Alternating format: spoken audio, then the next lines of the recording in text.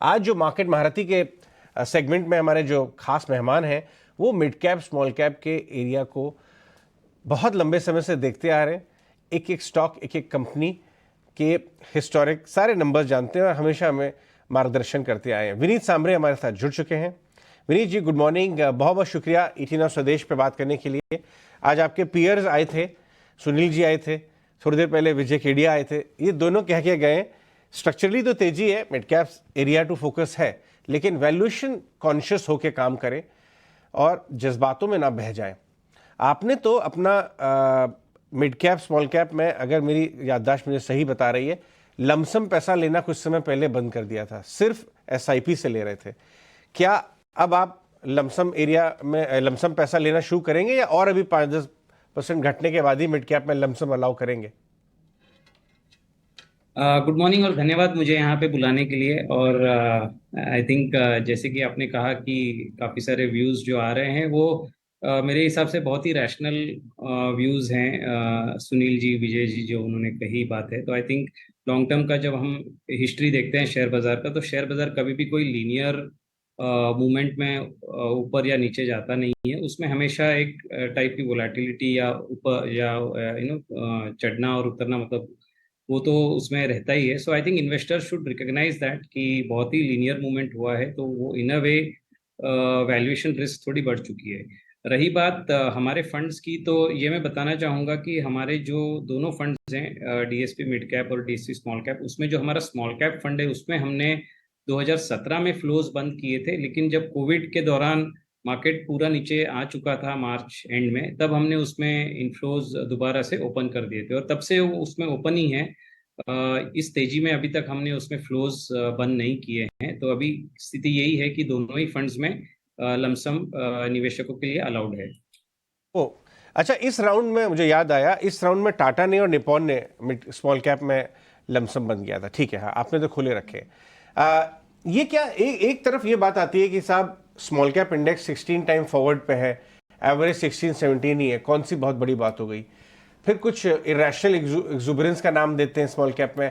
आपके हिसाब से एज ए प्रैक्टिशनर, क्योंकि आप तो एक्चुअल काम कर रहे हैं उधर, क्या वाकई में फ्रॉथी है एरियाज, केयरफुल रहना चाहिए, कि या फिर एक जनरल आंसर जो है एक्चुअली स्टोरी को ढक देता है और ये तरीका सही नहीं है? तो आई थिंक एक तो सबसे बड़ी बात यह है कि जब हम इंडेक्स लेवल के वैल्यूएशंस को देख के अगर हम यदि अपना निर्णय करें, तो मुझे लगता है वो थोड़ा सा मिसगाइडेड होता है, क्योंकि इंडेक्स में कई बार जो डेटा है वो कई कंपनीज में लॉस चलता है, कई लॉस टू प्रॉफिट होता है, तो कई बार मुझे लगता है वो डेटा मिसगाइडिंग होता है, और इसलिए इंडेक्स लेवल का डेटा को केवल वो डेटा देख के और उसके हिसाब से इन्वेस्ट करके मुझे लगता नहीं निवेशकों को इन्वेस्ट करना चाहिए। दूसरी ये बात है, अगर मैं स्मॉल कैप का ही इंडेक्स देखूं, आपने कहा 16 टाइम्स, वो बात बराबर है, लेकिन मैं हिस्ट्री को अगर मैं पूरे 10 साल का ट्रेंड देखता हूं स्मॉल कैप इंडेक्स का, तो अपने 10 साल के ट्रेंड के हिसाब से भी जो उसका डिस्काउंट रहता है निफ्टी के मुकाबले, वो ऑलमोस्ट 30% ऑन एन एवरेज 10 साल का यदि मैं डेटा देखूं तो रहता है। बट आज वो डिस्काउंट नैरो होकर केवल 10% पे आ गया है। इसका मतलब ये हुआ है कि इवन स्मॉल कैप काफी एक तरह से रैली कर चुका है। और आप ये सिंपल एक्सरसाइज भी कर लीजिए, स्मॉल कैप इंडेक्स ले लीजिए, मिड कैप इंडेक्स ले लीजिए, इनके 10-10 साल के, 15-15 साल के आप कैगर रिटर्न देखिए और 3 साल के कैगर रिटर्न देखिए, तो हम देखेंगे 3 साल में काफी सारे रिटर्न्स आए हैं। और इसके चलते कई नए निवेशक आए हैं, कई नए इन्वेस्टर्स आए हैं, लोगों ने पैसा इसमें डालना चालू कर दिया है। कई हमने देखा कंपनीज, जो जो प्रमोटर्स थे उन्होंने अपनी कंपनीज बेच के ये बिजनेस में आ चुके हैं शेयर बाजार के। तो आई थिंक एक टाइप से यूफोरिया तो डेफिनेटली है, specially small cap mid cap दोनों ही कैटेगरी में मैं कहूँगा। और इसीलिए जस्ट इंडेक्स का पी को नज़रअंदाज करते हुए आई थिंक ज़्यादा फोकस होना चाहिए कि क्या मेरा निवेश का जो समय है, क्या मैं 8-10 साल के लिए यहाँ पे आया हूँ या मैं क्विक गेन्स के लिए आया हूँ। आई थिंक वो सबसे बड़ा इम्पोर्टेंट डिसीजन है। दूसरी ये बात हर निवेशकों को सोचनी चाहिए, क्या मैं सही तरीके से पैसा कमा रहा हूँ, क्योंकि end of the day market is going to follow earnings growth. अगर अर्निंग्स ग्रोथ नहीं है, यूफोरिया तो आज रहे कल नहीं रहेगा। तो वो I think discipline investor has to follow, then I think long term में वेल्थ क्रिएट जरूर होती है। ये कैटेगरीज बहुत अच्छी हैं, मिड कैप स्मॉल कैप, मुझे दोनों ही कैटेगरीज बहुत प्रिय हैं। और मैंने देखा है कि ये लॉन्ग टर्म में पैसा वेल्थ क्रिएट करके देती है। तो वो ऑब्जेक्टिव से यदि कोई आता है तो आई थिंक उसके लिए वेलकम है, बट कोई क्विक गेन्स के हिसाब से आता है और specially top of the market cycle में आएगा तो वहां पे थोड़ा रिस्क बढ़ जाती है। बिल्कुल। मॉर्निंग विनीत, तो थोड़ा सा कॉशियस जरूर होना चाहिए, अदरवाइज ये पॉकेट्स परफॉर्म करेंगी। लेकिन जिस तरह से अभी हम ग्लोबल मैक्रो इंडिकेटर्स देख रहे हैं, क्रूड 91 के पास फिर से पहुंचता हुआ दिख रहा है, डॉलर इंडेक्स ऊपर है, क्रूड डेरिवेटिव्स और इनफैक्ट जितने भी क्रूड कंपोनेंट्स से जुड़े हुए सेक्टर्स हैं उनके लिए मार्जिन प्रेशर देखने को मिल सकता है क्या फॉलोअप क्वार्टर्स में? एक्चुअली ये बहुत ही इंपॉर्टेंट बात है आज, बिकॉज इतना पैसा आ रहा है तो आई थिंक ये बातें नज़रअंदाज हो चुकी हैं। लेकिन इंक्रीमेंटली जो मैक्रो सिचुएशन है वो थोड़ी सी खराब होती दिख रही है, क्रूड जैसे बढ़ रहा है। अभी आप रेनफॉल का भी अगर डेटा देखें तो rainfall has been very patchy. ये साल पूरा आई थिंक 10-12% से लो रहा है, और हम एक्चुअली देख रहे हैं कि कई जो रूरल एनीवे स्ट्रेस में था तो वो एक्चुअली बाहर आना चाहिए था, बट उनके बाहर आने के आसार थोड़े धीरे धीरे बिकॉज ऑफ रेनफॉल भी चैलेंजिंग लग रहे हैं।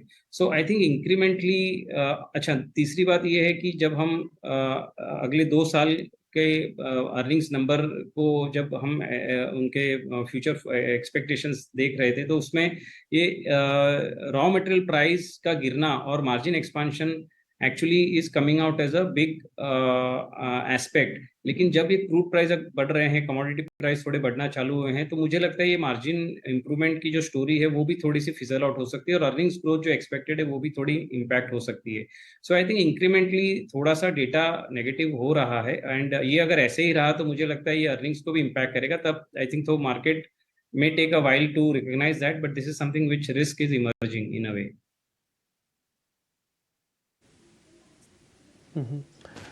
विनीत, क्या कंजम्पशन वाले शेयर से अगले 6 महीने के लिए दूर रहें जब तक इलेक्शन कंप्लीट नहीं होते, सरकार बन नहीं जाती और पॉलिसीज़ वापस से फ्रेमवर्क नहीं होती, तब तक दूर रहें? तब तक तो हो सकता है इन्फ्लेशन वगैरह सब कुछ एडजस्ट हो ही जाए। सो आई थिंक इसमें शेयर मार्केट में एक्चुअली थोड़ा सा हमेशा मार्केट इवेंट्स के आगे रहता है, और यही हम देखते हैं कि कई बार आगे निकल जाता है, कई बार पीछे रह जाता है। बट कंजम्पशन को यदि हम लॉन्ग टर्म के हिसाब से आंकें तो आई थिंक इंडिया में कंजम्पशन डेफिनेटली स्टोरी स्ट्रांग बनी रहनी चाहिए ओवर लॉन्ग टर्म। और इसको भी देखने का ये तरीका है कि आपने सही कहा, 6 महीने तो शायद ऐसा लगता है कि कंजम्पशन में कोई बहुत बड़ा रिकवरी दिख नहीं रही है, बट ये ऐसा भी टाइम है जहाँ पे कंपनीज यदि सही प्राइस पॉइंट पे आती है, सही वैल्यूएशंस पे आती है, तो लॉन्ग टर्म का व्यू लेके कंजम्पशन में एक्सपोजर बोथ मैं कहूँगा डिस्क्रेशनरी नॉन डिस्क्रेशनरी, और विद इन द टू मुझे डिस्क्रेशनरी ज़्यादा अच्छा लगता है, क्योंकि वहाँ पे जो प्रीमियमाइजेशन है, इनकम ग्रोथ जो अपने यहाँ पे पॉपुलेशन की हो रही है, आई थिंक वो प्ले करने के लिए consumer discretionary is a better way. So I think long term किसी को यदि पोर्टफोलियो बनाना है, और ये जो current frenzy capital goods, defence and इसमें चल रही है, उसके अलावा कहीं और देखना है, तो धीरे धीरे करके आई थिंक कंज्यूमर कैटेगरी में एक्सपोजर लिया जा सकता है। बट मैं ये कहूँगा कि ये 6 महीने may not be great as far as the demand recovery is concerned, but we remain hopeful कि इंडिया में consumption recovery has to be strong over the long period of time. कल विनीत, मैं आपसे जानना चाहूँगा, क्योंकि आप केमिकल स्पेस को बहुत अर्ली टाइम से देख रहे हैं, ये 5-6 साल के वैल्यू डिस्ट्रक्शन के बाद क्या अब ये वैल्यू जोन में आ गया है? कुछ लोग कह रहे हैं कि 1-2 क्वार्टर और का बैड न्यूज़ है, उसके बाद शायद चीज़ें संभलने लगेंगी, इन्वेंट्रीज क्लियर हो जाएंगी, या अभी आप वेट करेंगे? एक्चुअली हम लोग हमारे फंड में भी स्पेशलिटी केमिकल में एक्सपोजर है और कई सालों से है, और इस बार तकरीबन 1.5-2 साल से ये अंडर परफॉर्म कर रहे हैं, और हम भी एक्चुअली देख रहे हैं कि डेटा कब जाके चेंज हो। तो अभी तक तो डेटा दिख नहीं रहा है, स्पेशली बिकॉज ये स्पेशलिटी केमिकल जो कैटेगरी है लार्ज वे में एग्रो केमिकल्स को केटर करती है, तो वहाँ पे अभी तक ट्रेंड देखा नहीं गया। ग्लोबल कंपनीज भी जो हैं वो उनके सेल्स कम हो गए हैं, उनकी इन्वेंट्रीज बढ़ी हुई हैं। तो आई थिंक जब तक उनकी इन्वेंट्रीज बढ़ी हैं और डिमांड मोमेंटम में ट्रैक्शन नहीं आता है, तब तक मुझे लगता है कि इसमें रिकवरी शायद डिले हो जाए। बट ये बात मैं कहूँगा कि जब हम कंपनीज को जांचते हैं, कंपनीज से बात करते हैं, समझते हैं, तो आई थिंक उनके मन में अपॉर्चुनिटी अभी भी बड़ी है। चाइना से जो बेनिफिट आना है वो अभी भी बरकरार है।